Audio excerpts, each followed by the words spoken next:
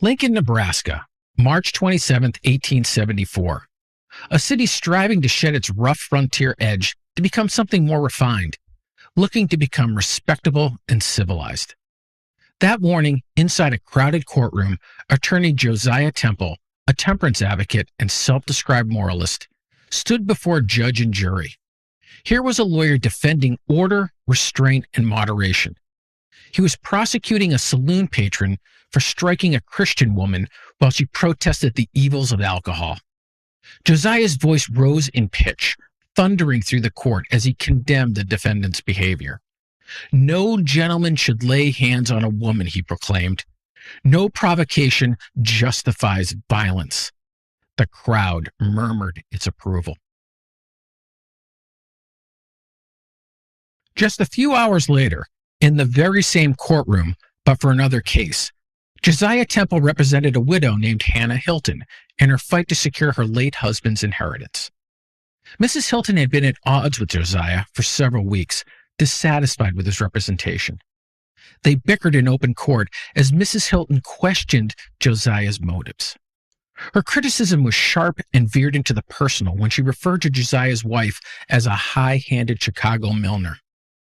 Josiah pushed back his chair, jumped to his feet, and slapped Mrs. Hilton across the face. Gasps filled the courtroom, giving way to a shocked silence. Mrs. Hilton clutched her burning cheek, stumbled down the aisle, and fled the courthouse in tears. Every behavior and moral failing that Josiah Temple had scornfully pinned to the saloon patron in the morning session now belonged to him. His hypocrisy was laid bare for all present. The incident ignited a months-long public scandal in Lincoln and marked the beginning of Josiah's downfall in Nebraska. As he had in Maine and later in Chicago, Josiah chose flight over accountability, leaving behind the wreckage of his own moral contradictions. Each time Josiah sought a fresh start, and each time he hoped his past wouldn't catch up with him. But unfortunately, it did.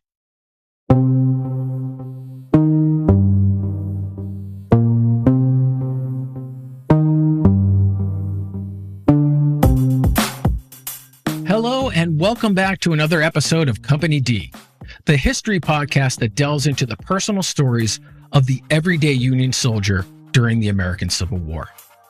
To bring these true-to-life personal experiences to life, we have chosen to explore the lives of the men who served with one regiment, the 3rd Maine Volunteer Infantry Regiment, and one company within that regiment, Company D. One regiment, one company, boundless stories. The soldiers of Company D were primarily carpenters, shopkeepers, and fishermen from mid-coast Maine and the city of Bath. Our goal at Company D isn't to explore the extensive history of the American Civil War. The politics, military strategies, and the stories of politicians and generals have already filled thousands of books. Instead, we aim to examine how the war impacted regular people, the soldiers and their families, and how this seismic historic event shaped their lives. This represents microhistory at its best. At least we hope so. We selected Company D of the 3rd Maine because my great-great-grandfather, Charles F. Snell, fought with them. He left behind a diary of the war that has become a foundational text for this podcast. For us, this is personal. I'm your host, George F. Snell III. Just think of it as 3 for the price of 1.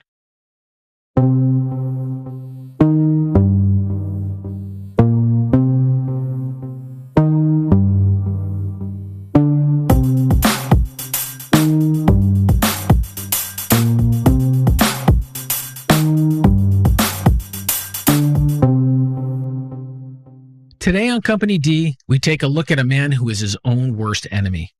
We meet Bowdoin-educated lawyer Josiah Augustus Temple, a man scarred by childhood tragedy and the blood-soaked battlefields of the American Civil War. However, rather than rising above his early trauma, he allows it to define him, all the while pretending to have conquered it. Josiah led a life complicated by scandal, paranoia, harsh judgments against his enemies, and cowardly attempts to cover up his long list of moral and professional failings. His ability to justify indefensible behavior, shift blame to others, and dodge responsibility is truly awe-inspiring. Josiah Temple didn't serve in the 3rd Maine Infantry Regiment, but his experiences in the American Civil War stem from his complicated relationship with Captain William H. Watson, the 2nd captain of Company D. At times, it seems as if Josiah Temple tried to live up to the ideals he set for himself, but mostly he becomes a man who judges others harshly while excusing his own failings. But one thing Josiah excelled at was avoiding responsibility. Chapter 1. The graveyard is the richest place on earth.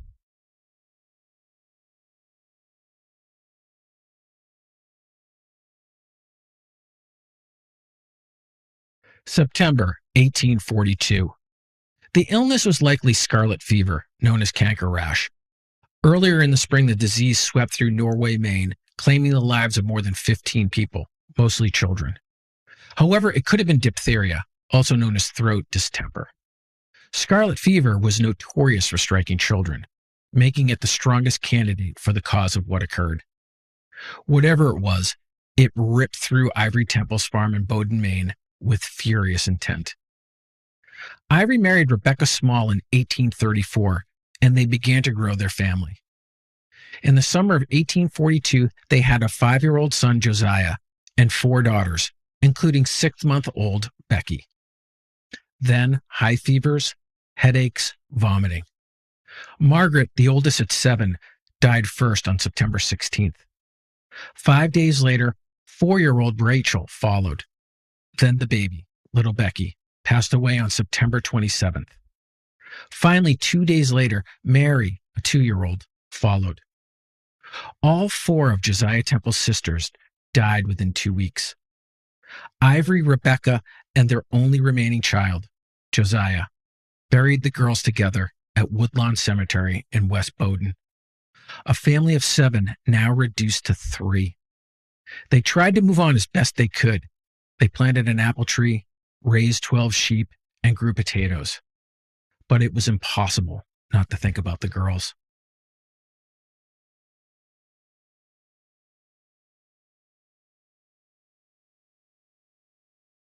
One decade later, August 1852, Ivory and Rebecca Temple had begun anew. With Josiah now 16, they had welcomed 3 more children, 2 boys and a girl. Then it happened again, like the sequel to a horror movie. The disease, once again resembling scarlet fever, spread just as quickly as the first time. The first to succumb was Margaret, a 2-year-old girl named after her deceased sister. She passed away on August 25th. 6 days later, 8-year-old Joseph died, and the very next day, 5-year-old Charles followed. And then Ivory. Ivory held on until September 9th, but then he followed his children to the grave. He was 45 years old. Josiah and his mother, Rebecca, were the only ones left. They buried Josiah's father, sister, and 2 brothers at Woodlawn Cemetery so they could rest alongside his sisters. A family that could have been 10, now only 2. The pain, the horror, it must have been nearly unbearable. But the mother and her son held onto each other tightly. Their world was shattered. Chapter 2. The college is maintained for the common good. Mother and son relinquished the 25-acre farm in Bowden. How could they stay? They sold everything they could, the 2 cows, the pair of oxen, and the 12 sheep, along with as much equipment as possible, and relocated to nearby Bath. Rebecca was in her mid-40s when she became a seamstress, specializing in men's clothing such as shirts, trousers, and jackets, as well as women's outerwear like mantles and coats. Josiah continued his primary education, most likely at nearby Litchfield Academy. While his mother sewed for long hours by lamplight, Josiah studied. At some point, mother and son decided that Josiah wouldn't be a laborer. He wouldn't plow fields, build ships, or work on the docks. Instead, they believed that learning was the way forward, school and scholarship. They scrimped and ensured Josiah focused on school. One wonders how often they traveled the 20 miles to Woodlawn Cemetery in West Bowden to visit the rest of their family.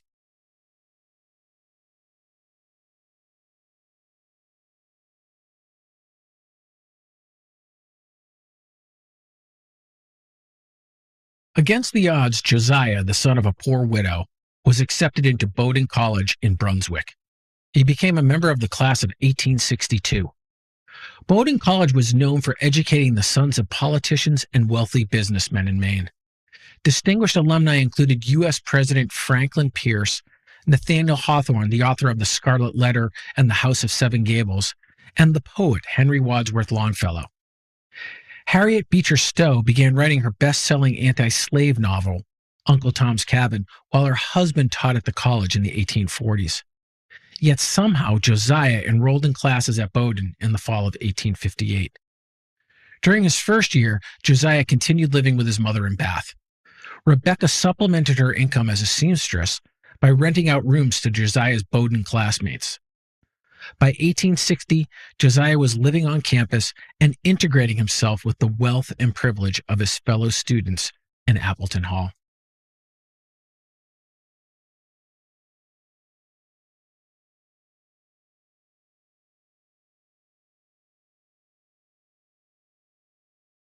Days after his graduation on August 6, 1862, Josiah joined his professor, Joshua Chamberlain, in the ranks of the 20th Maine Infantry Regiment as a private. Chamberlain, perhaps Maine's most famous Civil War soldier, was immortalized in the novel Killer Angels and brought to life by actor Jeff Daniels in the movie Gettysburg. Chamberlain would eventually be elected governor of Maine. Several of Chamberlain's Bowdoin students joined the 20th Maine with him. But days after enlisting, Josiah had second thoughts. Somehow, he was able to back out of his commitment. Instead of joining his professor and many of his classmates in the war effort, Josiah returned to his mother in Bath and became a school teacher. We don't know why Josiah quit the 20th Maine, but one wonders if his mother wasn't part of the equation. She had already lost a husband and 7 children. Perhaps the thought of her last child marching off to war was too much for her to bear. Chapter 3. Broken Ambitions. While Josiah took on the duties of schoolteacher in Bath, William Henry Watson was promoted to captain of Company D of the 3rd Maine Infantry Regiment. Watson was a prosperous businessman in Bath with a politically connected father. 6 months after he was placed in command of Company D, Watson wanted out. He was eager to leave behind the petty politics of company command and rise to a higher post. In the summer of 1862, Watson launched an aggressive campaign for promotion to major, but not with the 3rd Maine. He urged Maine officials to elevate him to a leadership position in one of several new regiments being mustered in Maine. To make matters more pressing for the egotistical Watson, his younger brother Charlie had already risen from private to first lieutenant. Charlie was now the quartermaster for the entire 3rd Maine Regiment, and there were whispers that he would soon be promoted to captain. In July of 1862, Watson lobbied Colonel Frederick Sewell, a family connection organizing the 19th Maine Infantry Regiment in Bath, to recommend him for major of the 19th. Sewell wrote directly to Maine Governor Israel Washburn. Captain Watson is now with the 3rd. I know him to be a capable, efficient officer who has done good service to his country. The letter didn't work. Washburn appointed someone else to major of the 19th. Watson had been passed over.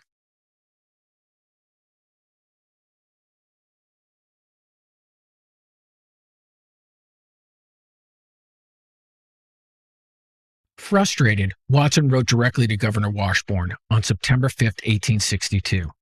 His letter began by stretching the truth. It is not often that I seek to promote my personal claims, he wrote, ignoring the fact that he had been actively advocating for a new position for at least 2 months.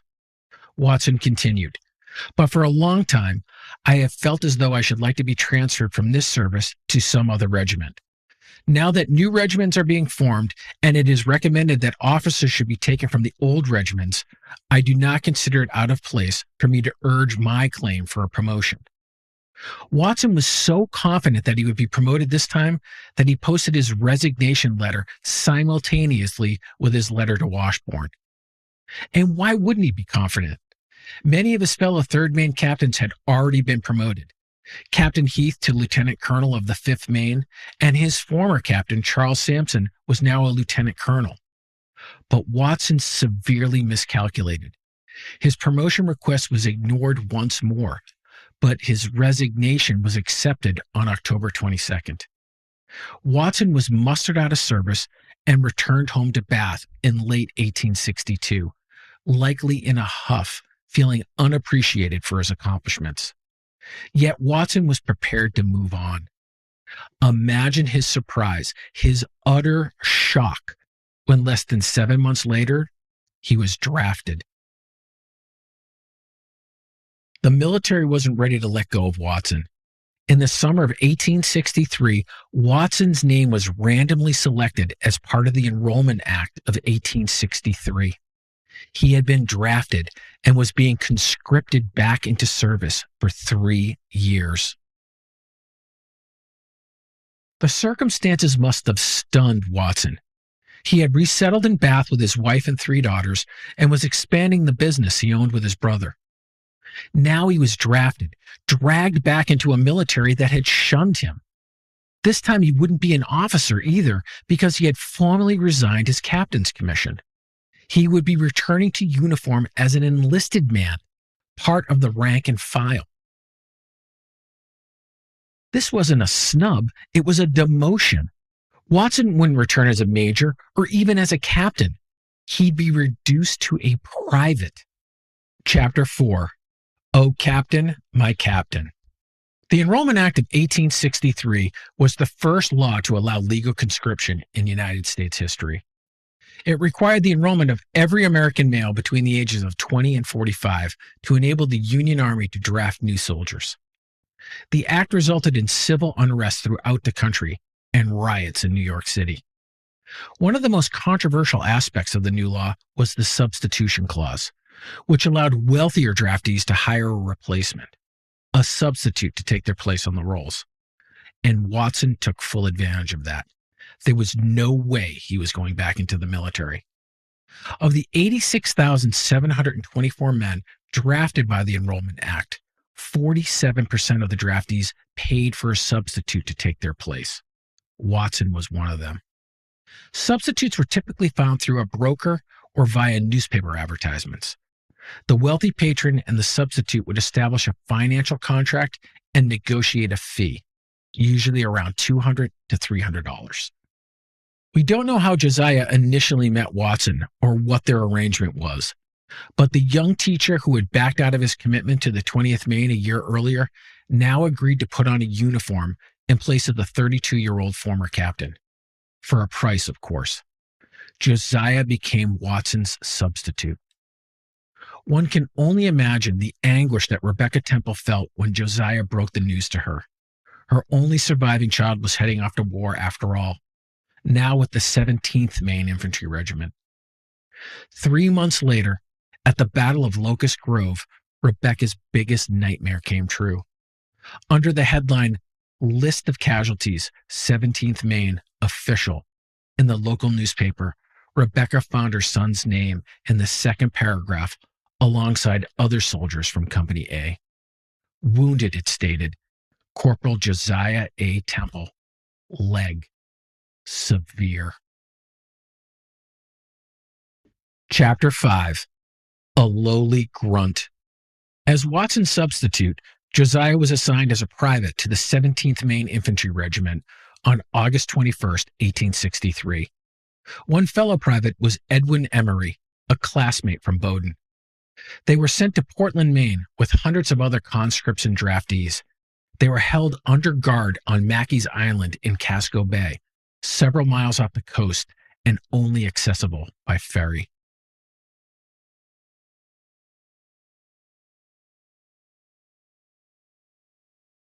The reason for such an isolated camp?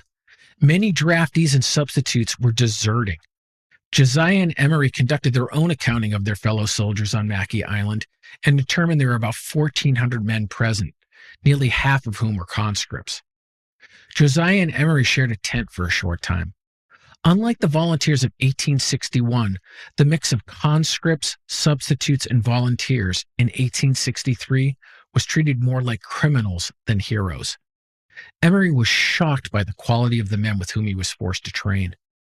Emery often complained about the slovenly appearance and low moral character of those around him. The camp was rife with profanity, gambling, drunken fistfights, and prostitutes smuggled over from the mainland. It's likely that Josiah shared Emery's disdain for his fellow recruits. The 27-year-old Emery graduated from Bowdoin a year before Josiah. Like Josiah, he was educated, pious, and fiercely temperate. Yet the two never became close friends. Emery often pined for companionship. However, despite their shared histories, he never sought out Josiah for that role. They remained merely acquaintances. In fact, Emery's diary contains a few subtle digs at Josiah, such as on November 5th, Emery notes that Josiah would have been promoted if only he had performed better on a march. Josiah seems to have had a similar type of relationship with his future captain, Charles Maddox. Maddox was a classmate of Josiah, and they even lived in the same dorm during their senior year at Bowdoin. Maddox, like Emery, kept a diary and only mentions Josiah in passing.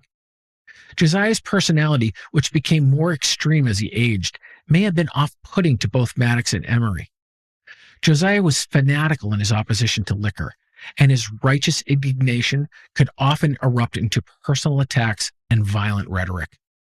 Maddox and Emery both kept their distance from Josiah, perhaps realizing that his volatile personality was best experienced in small doses. Josiah was promoted to corporal within the first few weeks of being assigned to Company A. Captain Maddox assigned Josiah the role of company secretary, assisting officers with daily roles and other essential paperwork. But Josiah's role as the company clerk would conclude on November 28, 1863, in the woods near Mine Run, Virginia.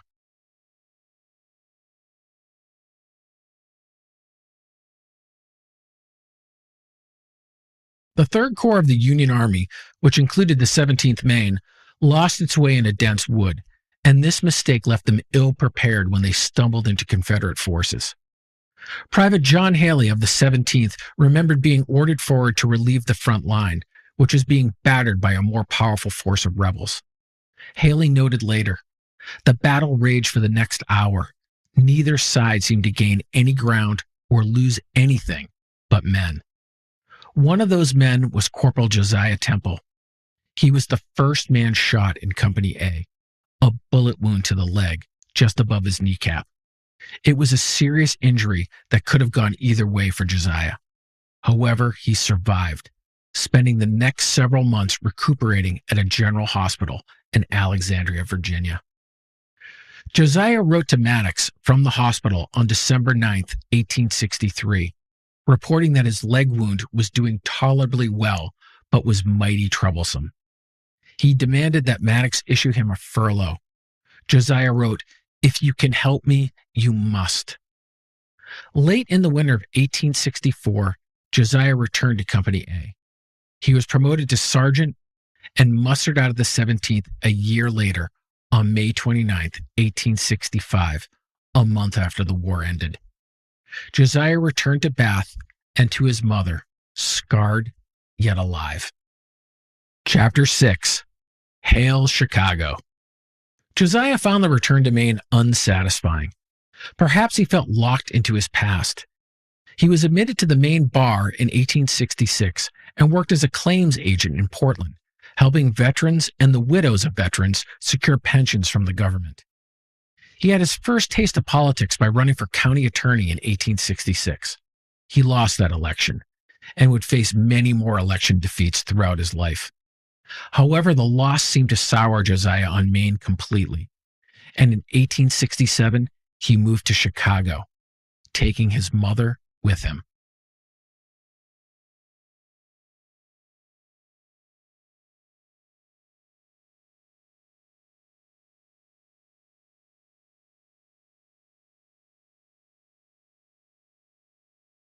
Chicago after the Civil War was a booming, chaotic metropolis in the making.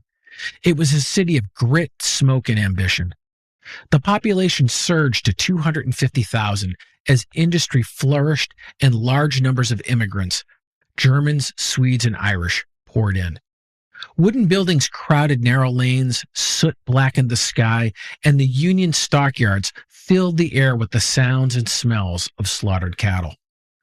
Josiah moved to the city's west side, likely using some of the money paid to him by Captain Watson to establish a law practice. Despite his moral absolutism, Josiah was more flexible in his own ethics, particularly when it came to business matters. He had already demonstrated this tendency when he backed out of his commitment to the 20th Maine. He also owed tuition money to Bowdoin, which 4 years after his graduation, he still hadn't paid, and never would. Case in point, in late 1868, one of Josiah's disgruntled clients placed an ad in the Chicago Tribune with the headline, "Caution." The client warned the public that a promissory note he had issued to Josiah for $180 was invalid and should not be accepted as legitimate payment, as he would not honor it. By the spring of 1871, Josiah's business was struggling so significantly that he took out a newspaper ad seeking a partner. The ad stated in part that Josiah sought an active businessman with $300 to $500 to become an equal partner in a business promising large profits. The ad had a tone of desperation to it. Then came an event that upended Josiah's life: the Great Chicago Fire of 1871. In October, the fire ignited in a barn and grew into an inferno. The flames burned for 3 days, devouring buildings while filling the air with ash and black smoke. The fire ravaged more than 3 square miles of the city, destroyed 17,500 buildings, and killed hundreds of people.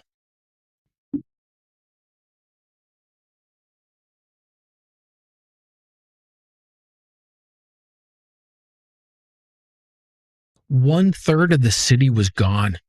More than 100,000 people were left homeless, including Josiah. His legal office also burned down. The city was placed under emergency martial law for several weeks to prevent looting and to assess the damage. As Josiah picked through the wreckage of his home and business, unsure if he could rebuild, he faced another blow, one worse than the Great Chicago Fire. His mother, Rebecca, his lifeline and sole guardian since the age of 16, died at the age of 66. Rebecca had been his only family, the woman who raised him alone after the deaths of his father and siblings, the woman who rented rooms and sewed dresses to put him through college. Rebecca Temple had finally joined the rest of Josiah's family. His mother's untimely passing, the devastation of the fire, and his failing legal practice proved to be overwhelming. Hoping for a fresh start, Josiah abandoned Chicago and moved to Lincoln, Nebraska. Chapter 7: The Plains of Nebraska.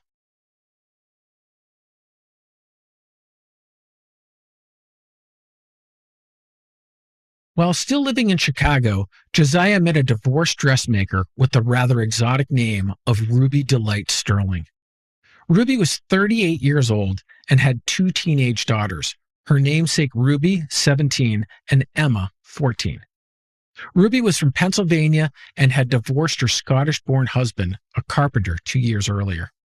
She was 5 years older than Josiah, but they both shared a mutual interest in the Baptist Church and the temperance movement. When Josiah left for Lincoln in 1873, he brought Ruby and her youngest daughter with him. Ruby's oldest daughter had married a bank clerk and moved to Michigan. Once in Lincoln, Josiah bought a house and joined the Lancaster County Bar Association. Both husband and wife became deeply involved in the growing temperance movement in Lincoln, becoming 2 of the city's most outspoken anti-alcohol zealots. Ruby joined the Ladies' Reading Room Association, which evolved into a passionate anti-saloon organization. The women called themselves Crusaders and protested the evils of alcohol by blocking the entrances to saloons.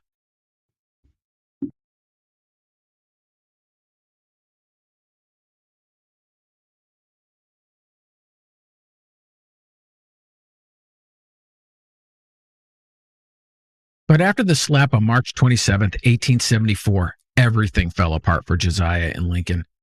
His involvement in criminally prosecuting a bar patron for hitting a woman and then striking his own client, Hannah Hilton, just hours later became a huge scandal in Lincoln for months on end.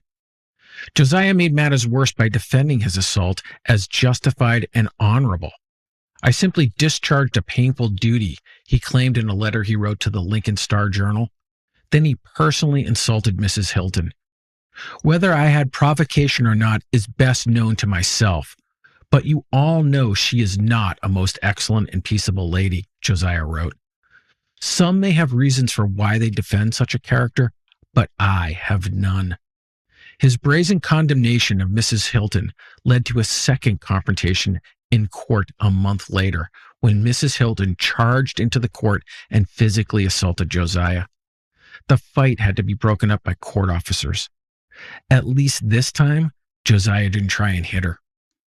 Josiah evaded criminal liability when a Lincoln grand jury chose not to formally charge him with assault and battery against his client. The scandal led to further charges against Josiah, allegations that he acted inappropriately with another female client while handling her case, what today would be known as sexual harassment. Additionally, Josiah sued a saloon owner who slapped his wife Ruby while she and other crusaders blocked patrons from entering his barroom. There was lots of hitting and slapping going on around Josiah. The gossip and personal attacks became so severe that Josiah quit practicing law and purchased a grocery store in nearby Plum Creek, Nebraska, hoping to ride out the damage to his reputation and his legal practice. But it was hopeless.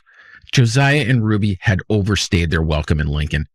By 1878, they left and moved to Kansas City, Missouri. Chapter 8. Hail, Minnesota.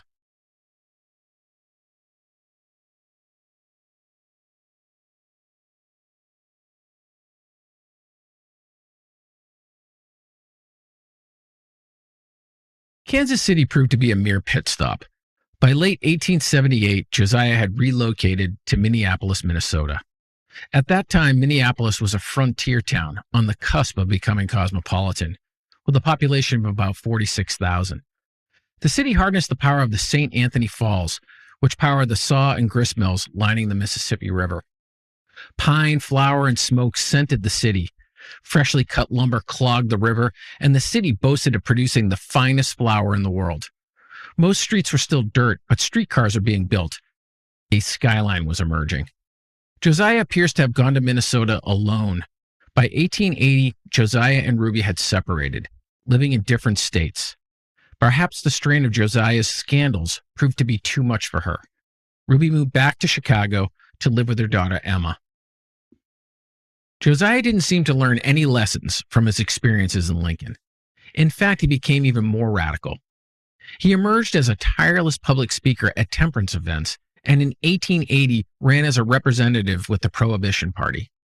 During his nomination speech, Josiah stood up and shouted that if the convention was looking for a model man, they had better take his name off the ballot. The Minneapolis Star-Tribune made light of his humorous remarks. This may, however, have been Josiah in a rare moment of truth-telling. He was unanimously nominated anyway, but he lost in the general election. Josiah was admitted to the Minnesota bar that same year and reopened his law practice.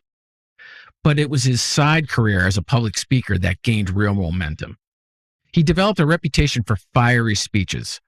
A talk he delivered on March 28, 1882, to the Home Rule Party seemed typical of his brand of elevated victimhood mixed with scorching personal attacks against anyone who dared to question the moral certitude of the temperance movement.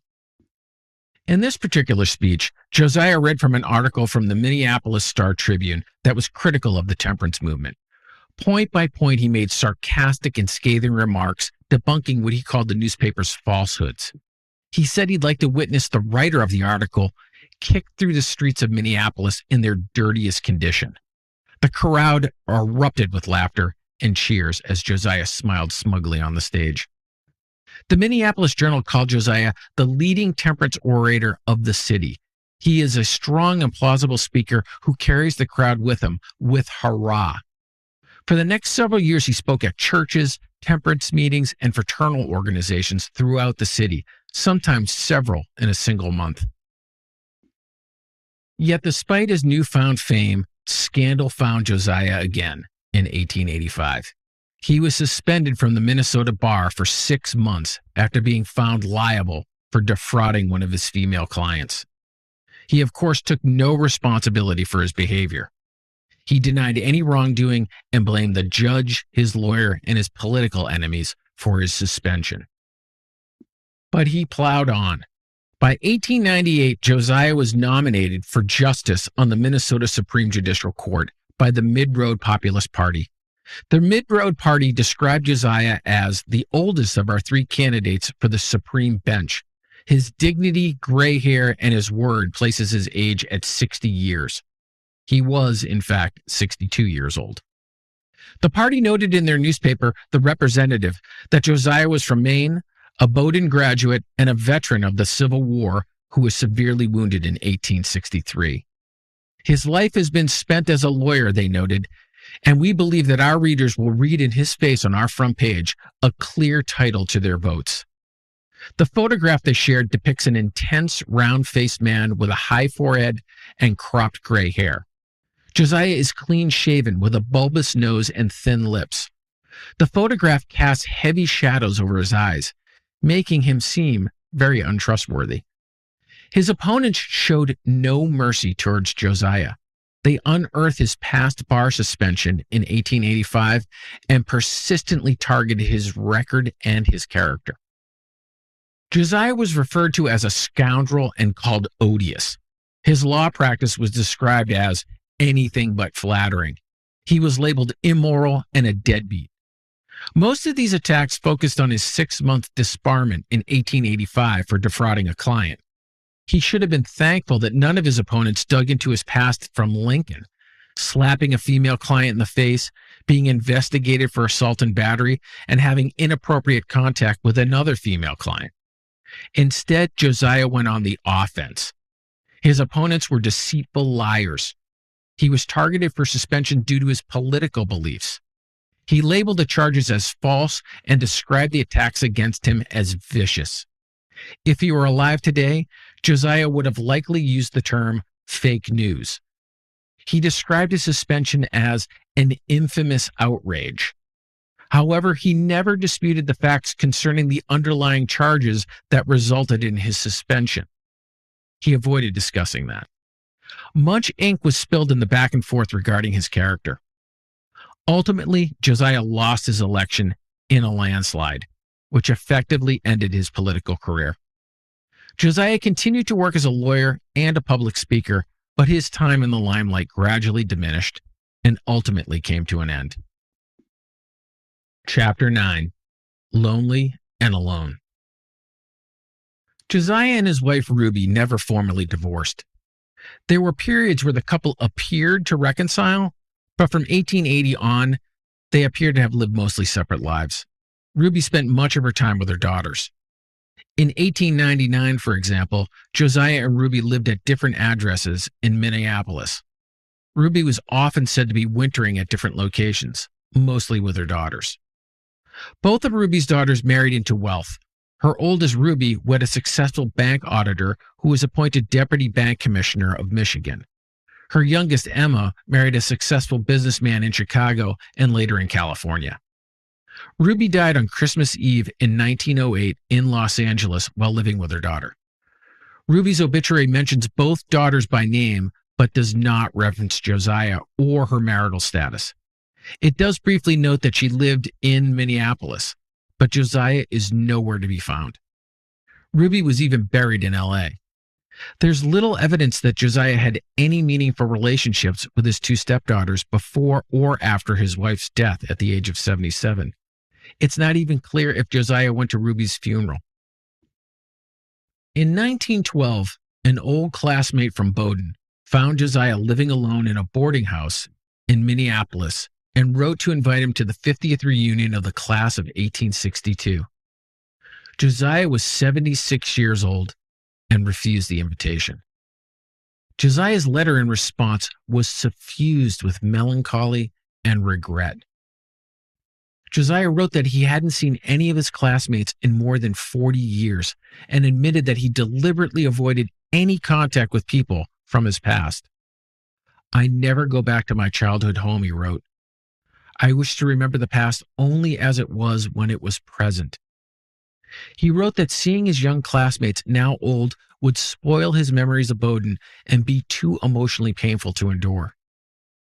Josiah ended on a haunting note that dripped with existential fatigue and heartbreaking guilt about the way he had chosen to live his life. The circumstances of my life may account for my particular feelings, he wrote. I will now say only this, that life seems only a dream, touched here and there with dark shadows, with joyous, sometimes tragic details. I am only anxious to be awakened out of this dream with a full consciousness that there is a real purpose in our creation. Josiah Augustus Temple died 7 years later, alone and forgotten, fully engulfed by the dark shadows he so dreaded. He left instructions for his body to be shipped home to Maine to be buried with his family. But his last wish to lay down with the rest of his family never materialized. Josiah lies in an unmarked grave somewhere.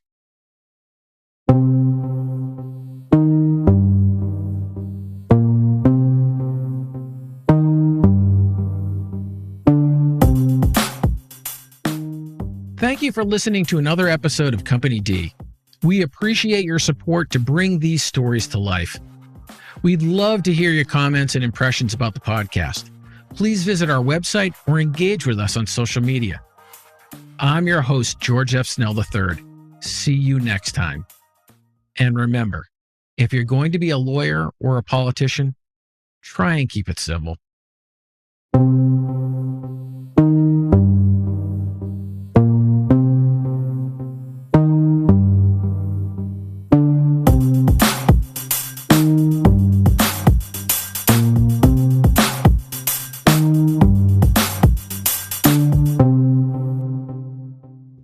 Company D is a product of Dark Party Productions, all rights reserved. Unauthorized retention, duplication, distribution, or modification of copyrighted materials is strictly prohibited by law. Company D is written, hosted, and produced by George F. Snell III. Our editor and co-producer is Jay Brewer. The Company D theme music was written and composed by Jay Brewer. Sound effects and additional music were provided under Creative Commons License 0 by Freesound, Sound Bible, and the Library of Congress. We'd also like to thank Richard Moore for his Civil War battle sounds on Freesound. The views expressed in this podcast are those of the hosts and guests and do not necessarily reflect the opinions of any organization. This podcast is for entertainment purposes only and does not constitute professional advice. The content is provided as is with no guarantees of accuracy, completeness, or timeliness.